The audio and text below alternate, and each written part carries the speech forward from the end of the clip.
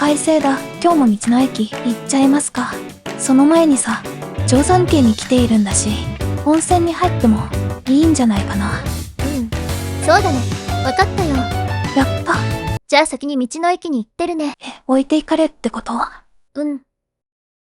まあ、全くマチコった。そうやって私をいじることばっかりして。いいんだよ。もちこも正直に温泉に入りたいって言えばさ、一緒に温泉でゆったりしようよ。さて、今回行くのは、紐別町の道の駅、紅葉中山だよ。温泉だけに流されたってことか。ははは。愛想笑いでごまかされた。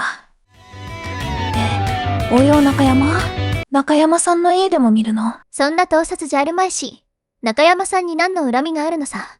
紅葉中山の紅葉は、漢字で見るとわかる通り、羊蹄山の陽から来てるよ。羊蹄山を望む？なるほど、そういうことか。我々はこれから羊蹄山を盗撮しに行きます。どうしてそこは残すのさ。でまあ、中山峠の頂上にあるから、紅葉中山だよ。はあ、なるほどね。ようやく理解したよ。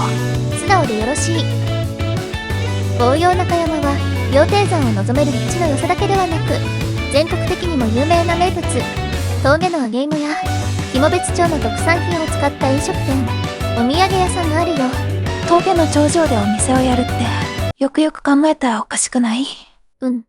まあ、すごいよね。もっと力を抜いてもいいと思うんだ。水道と稼働しているんだろう。水道を町から引っ張るだなんてこと、さすがにしてないよね。どうなんだろうね。でもトイレの総工費に1億円かけたという噂があるみたいだよ。1億円のトイレ、桁違いにも程がある。で、普通のトイレっていくらするの？知らない。そこまでお金をかけるということは、やっぱり立地的にも大変だっていい。お客さんが多いことが影響しているのかな。まあ、そうだろうね。観光客数は年間で約400万人来ているのだとか。なんだって、稚内市の10倍じゃないか。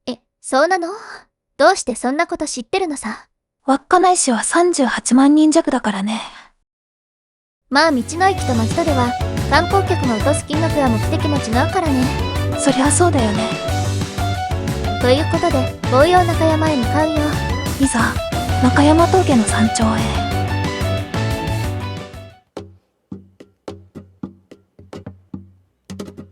逃げ出した scared again. What is your reason for living there? 誰も知らない to the sky Like also bubbles 遠くへ追いかけてくる影に Leave me alone, goodbye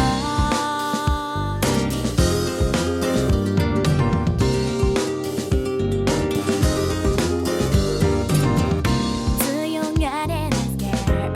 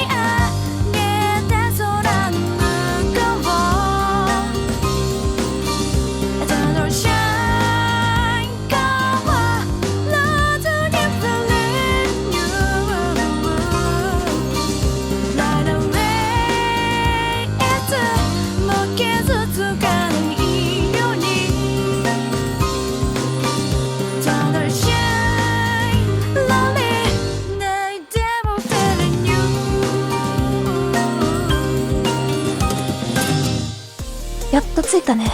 本当に山の上にあるんだ。なんだか不思議だよね。こんなに駐車場も広いし、しかも今日、平日でこれでしょ？土日だともっと混むんだろうな。観光バスなんかも途中休憩で止まったりするだろうからね。